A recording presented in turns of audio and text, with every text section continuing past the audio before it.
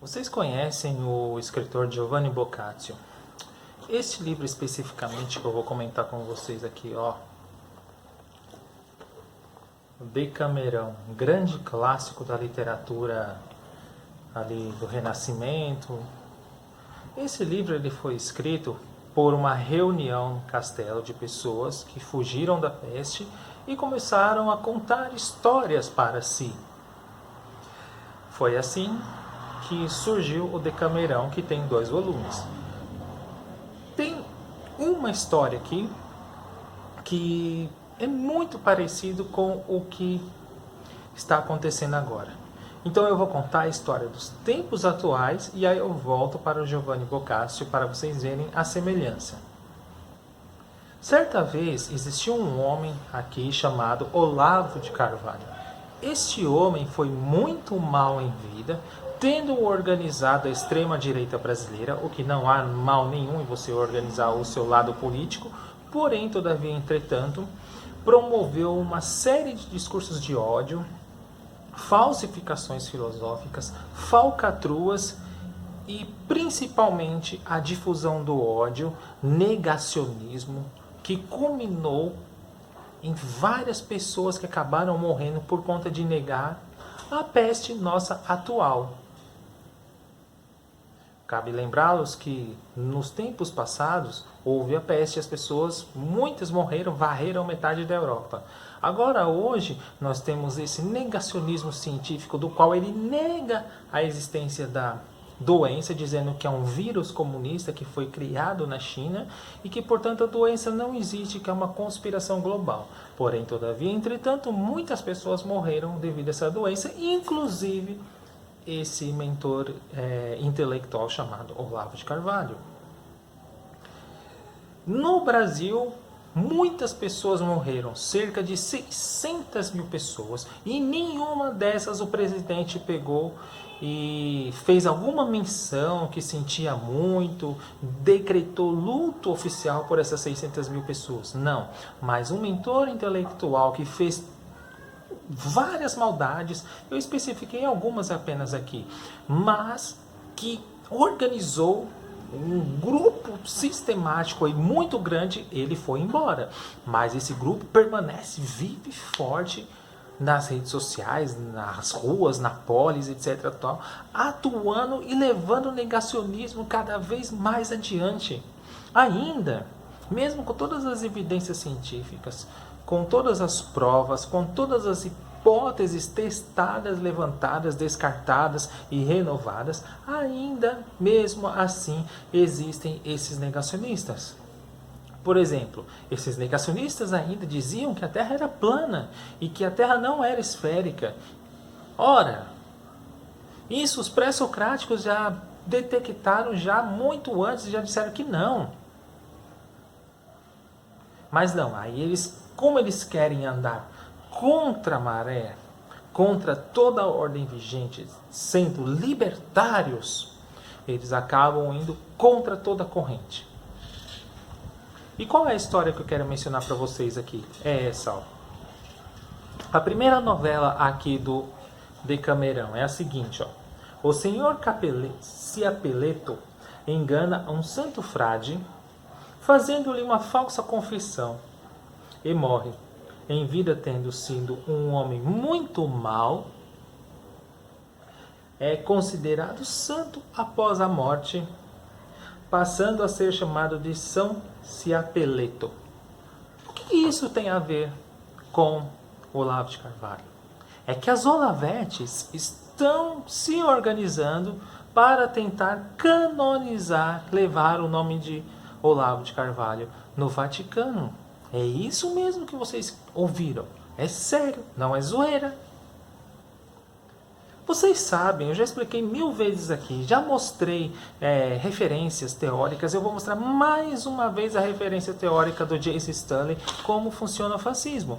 Tem um capítulo lá que ele fala de irrealidade, e se vocês quiserem ler o Adorno sobre a questão da psicanálise do fascismo, ou por exemplo o Ian Reich, a psicologia das massas, todos ali vão desmembrar como essa galera age.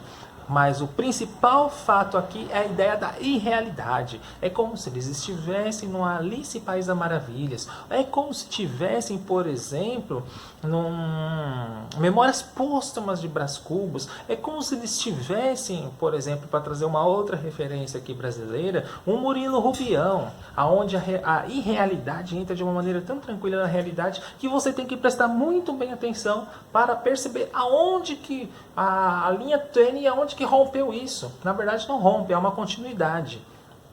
É exatamente isso que eles querem fazer. Um homem que fez tudo isso, que pelo próprio resumo da primeira novela aqui do Decamerão já nos serve para hoje, por isso que é importantíssimo a gente trazer as narrativas para compreender o presente, ter na luz o passado, e eles querem canonizar Olavo de Carvalho. Vamos lá! Quais são os milagres que ele fez? Negacionismo? Seria uma descoberta científica primorosa, maravilhosa? Será que ele refutou Newton dizendo que Newton era burro? Oh, ele era o grande, refutou Newton, colocou uma teoria no lugar de Newton. Qual é a teoria que ele colocou no lugar de Isaac Newton? Toda a intelectualidade brasileira são burras, não fazem nada, apesar que, vamos ser sinceros, o cutucão que ele dá na esquerda brasileira, principalmente na academia, e algumas coisas fazem sentido sim, porque os nossos intelectuais brasileiros aqui vivem nos seus muros e a filosofia está lá nos muros, ela não está nas ruas. O único que conseguiu romper com essa linha entre a academia e o povo foi Paulo Freire, único e somente, que conseguiu fazer com que a sua pedagogia do oprimido seja lida na Stanford University, Harvard University, USP, e ao mesmo tempo seja lida por um camponês. De resto, não houve esse rompimento. Então essa crítica que ele faz, isso eu tenho que levar em consideração sim, que faz sentido, mas não como ele fala, que são burros, idiotas, etc. Não, isso aí não, isso aí já é uma viagem, já é outra coisa. Agora, você querer transformá-lo em santo, seria o que nós chamaríamos de São Olavo Carvalho? Seria interessante deixar um dia específico para ele? Será que o Jair Bolsonaro vai separar um dia, o dia de Olavo de Carvalho? Gente, pelo amor de Deus, a realidade dessa gente é tão grande.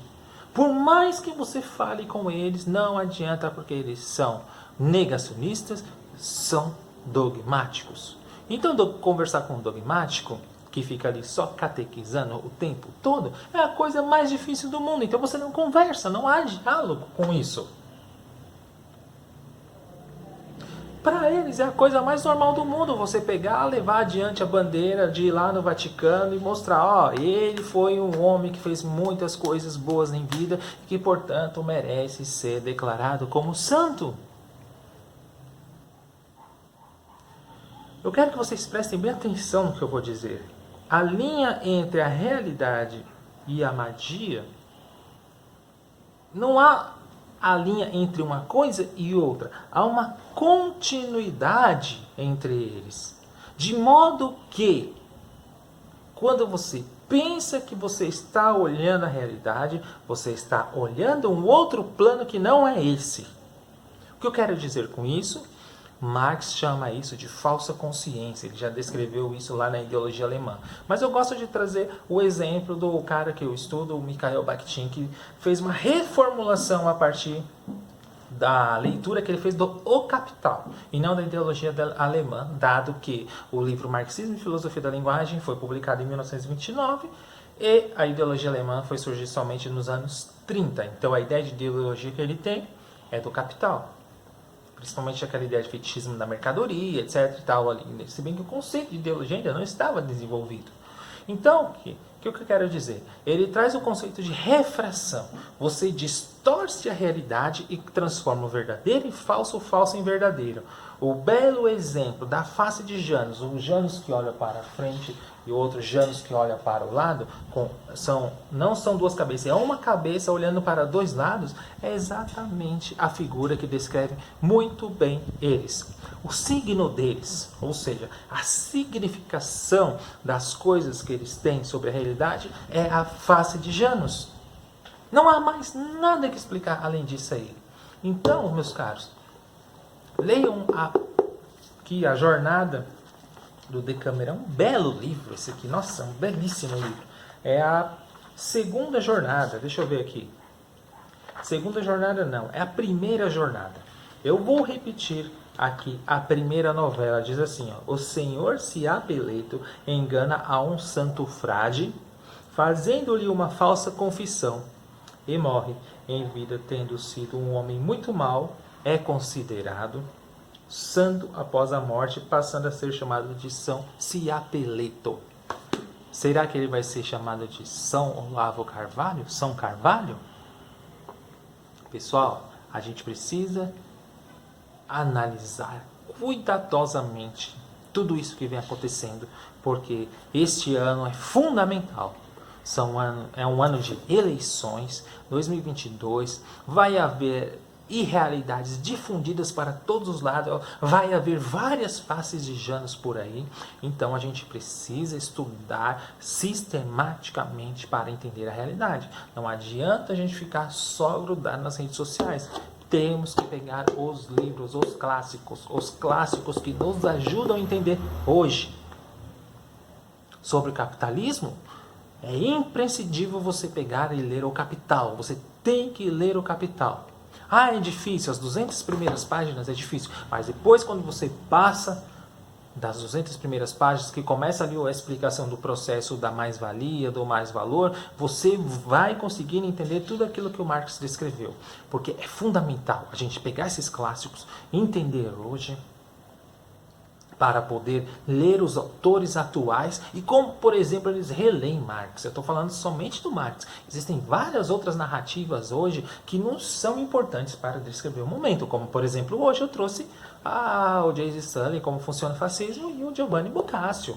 Ora, isso aqui foi escrito no tempo de pandemia também, da peste, lá dos anos 1300. Não se esqueçamos disso. Tá certo? Então, galera, vamos estudar. Estudar é importante, importantíssimo. Temos que ler os clássicos. Tá certo? Então, grande abraço. E até mais, viu? A coisa tá tensa aí, viu, pessoal? Ficamos atentos.